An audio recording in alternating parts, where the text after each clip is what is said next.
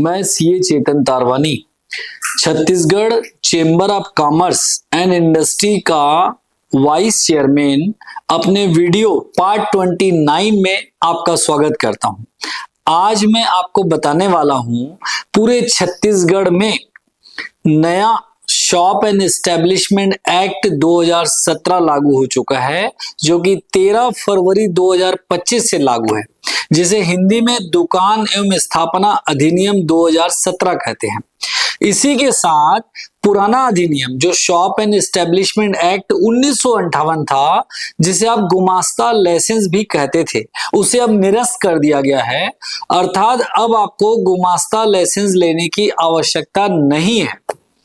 आप सभी को ध्यान होगा कि गुमास्ता लाइसेंस हमें नगर निगम ऑफिस से मिलता था, नगर निगम ऑफिस से जारी होता था, लेकिन जो नया शॉप एंड एस्टेब्लिशमेंट एक्ट के अंतर्गत लाइसेंस जारी होगा वो लेबर डिपार्टमेंट के ऑनलाइन पोर्टल से रजिस्ट्रेशन करने पर जारी होगा।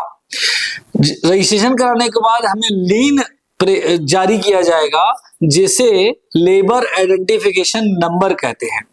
इस एक्ट की सारी बातों को ध्यान से सुनिएगा। पॉइंट नंबर 1, यह नया अधिनियम सभी प्रकार की दुकान, सभी प्रकार की ऑफिस, चाहे वो सीए की ऑफिस हो, वकील की ऑफिस हो, इंजीनियर की ऑफिस हो, आर्किटेक्ट की ऑफिस हो, ब्रोकर की ऑफिस हो, या शेयर एंड स्टॉक से संबंधित ऑफिस हो, या फिर रेस्टोरेंट हो, या गोडाउन हो, होटल हो, मनोरंजन स्थल हो, बैंक हो, इंश्योरेंस कंपनी हो, सभी प्रकार पर यह अधिनियम लागू होगा, चाहे वो एनजीओ की ऑफिस हो। लेकिन इन सभी पे यह अधिनियम तभी लागू होगा यदि आपके पास 10 या उससे ज्यादा कर्मचारी काम करते हो। इन 10 कर्मचारियों की गणना में मैनेजर या सुपरवाइजर या आपके परिवार का सदस्य हो, उनको शामिल नहीं किया जाएगा।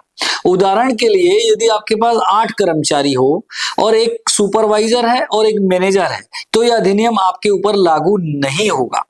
यह अधिनियम सरकारी ऑफिस पर भी लागू नहीं होता, अस्पताल या डॉक्टर की क्लिनिक पर भी लागू नहीं होता, आरबीआई की ऑफिस पर भी लागू नहीं होता, और ऐसे एनजीओ पर भी लागू नहीं होता जो वृद्धाश्रम चलाते हो, अनाथ आश्रम चलाते हो, पागल खाना चलाते हो, या नशा मुक्ति केंद्र चलाते हो। यह अधिनियम उन फैक्ट्रियों पर भी लागू नहीं होता जो फैक्ट्री एक्ट 1948 में पंजीकृत हो। और फैक्ट्री एक्ट 1948 में तभी पंजीकृत होने की आवश्यकता है यदि आप मशीन से प्रोडक्शन करते हैं तो आपके पास 10 या 10 से ज्यादा कर्मचारी होने चाहिए। यदि आप बिना मशीन के प्रोडक्शन करते हो तो आपके पास 20 या 20 से अधिक कर्मचारी काम करते हो। यदि आपकी फैक्ट्री पर फैक्ट्री एक्ट लागू हो चुका है तो यह शॉप एंड एस्टेब्लिशमेंट एक्ट 2017 लागू नहीं होगा। पॉइंट नंबर 2, यदि आपके पास पुराना गुमास्ता लाइसेंस है तो अब वो निरस्त हो चुका है। अब आपको नया लाइसेंस लेना होगा, जिसे लीन कहा जाता है। लेकिन यह पंजीयन तभी कराना जरूरी है यदि आपके पास 10 या 10 से ज्यादा कर्मचारी कार्यरत हैं। अब इन कर्मचारियों में वो कर्मचारी कवर होते हैं जो आपको मंथली बेसिस पर कर्मचारी हैं, जो आपके पास पार्ट टाइम बेसिस पे कर्मचारी हैं, जो आपके पास डेली वेजेस बेसिस पे कर्मचारी हैं, या आपके पास ट्रेनी के रूप में कर्मचारी हैं, जैसे आर्टिकल इंटर्नशिप वाले। लेकिन इसमें जो रेगुलर कर्मचारी नहीं होते, जैसे कभी आपने सप्ताह में एक बार बुलाया, मंथ में 1-2 बार बुलाया, यानी जो वर्ष भर में 45 दिन से कम आते हैं, वो कर्मचारी इसमें शामिल नहीं किए जाते। बाकी सभी प्रकार के कर्मचारी जिनको आप भुगतान करते हैं, यदि वो आपके पास 10 या उससे ज्यादा है तो यह नया अधिनियम आपके पर लागू होता है। पॉइंट नंबर 3, इस नए अधिनियम के अंतर्गत पंजीयन कराने के लिए आपको कहीं जाने की आवश्यकता नहीं। आप घर बैठे लेबर डिपार्टमेंट के ऑनलाइन पोर्टल श्रम evijaite.cg.gov.in पर पंजीयन करवा सकते हैं। यदि आपके पास पुराना गुमास्ता लाइसेंस है या फिर इस अधिनियम के लागू होने से पहले आपकी संस्था चालू है तो आपके पास 6 महीने का समय है पंजीयन कराने के लिए, अर्थात 13 अगस्त 2025 तक आपको अनिवार्य रूप से पंजीयन कराना है। यदि आपकी संस्थान इस अधिनियम के लागू होने के बाद प्रारंभ हुई है तो आपको 30 दिन के अंदर पंजीयन कराना अनिवार्य है। पॉइंट नंबर 4, जब आप इस नए अधिनियम में पंजीकृत हो जाते हैं तो आपको लीन अलॉट होगा, अर्थात लेबर आइडेंटिफिकेशन नंबर। जिस प्रकार से आप अपने साइन बोर्ड में जीएसटी नंबर लिखते हैं उसी प्रकार से आपको लीन नंबर भी लिखना होगा। और अब आप अपने दुकान को 24/7 खोल सकते हैं, अर्थात 7 दिन 24 घंटे दुकान खोल सकते हैं, लेकिन अपने किसी कर्मचारी से एक दिन में अधिकतम 9 घंटे काम ले सकते हैं, उसमें 1 घंटा लंच के लिए छुट्टी देनी होगी और सप्ताह में 1 दिन अवकाश देना अनिवार्य है। यदि आप इससे अधिक काम लेते हैं तो उसे ओवर टाइम माना जाएगा। सप्ताह में अधिकतम 12 घंटे ओवर टाइम ले सकते हैं और 3 महीने में अधिकतम 125 घंटे ओवर टाइम ले सकते हैं, जिसका भुगतान आपको डबल रेट से करना होगा। और यदि आपने छुट्टी के दिन भी अपने कर्मचारी को बुला लिया तो वह किसी आने वाले 30 दिनों में फिर से उसे छुट्टी देनी होगी और भुगतान भी डबल रेट से देना होगा।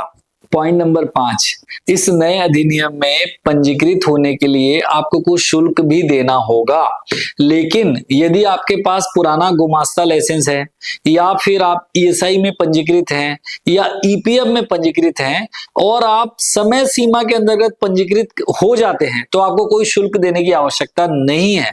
लेकिन यदि आप 13 अगस्त 2025 के बाद पंजीकृत होते हैं या कोई नए संस्थान पंजीकृत होते हैं तो उन्हें शुल्क के साथ 25% लेट फीस भी देना होगा। अब ये जानते हैं कि शुल्क कितना है। ये डिपेंड करता है आपके पास कर्मचारी कितने हैं। यदि आपके पास कर्मचारी 10 या उससे अधिक और 50 तक हैं तो मात्र 1000 रुपये शुल्क देना होगा, और 51 से 100 तक यदि कर्मचारी हैं तो आपको 3000 शुल्क देना होगा। 101 से 200 तक कर्मचारी हैं तो आपको 5000 शुल्क देना होगा। 201 से 500 तक हैं तो आपको 7000 रुपये शुल्क देना होगा। यदि 500 से अधिक कर्मचारी हैं तो 10,000 शुल्क देना होगा।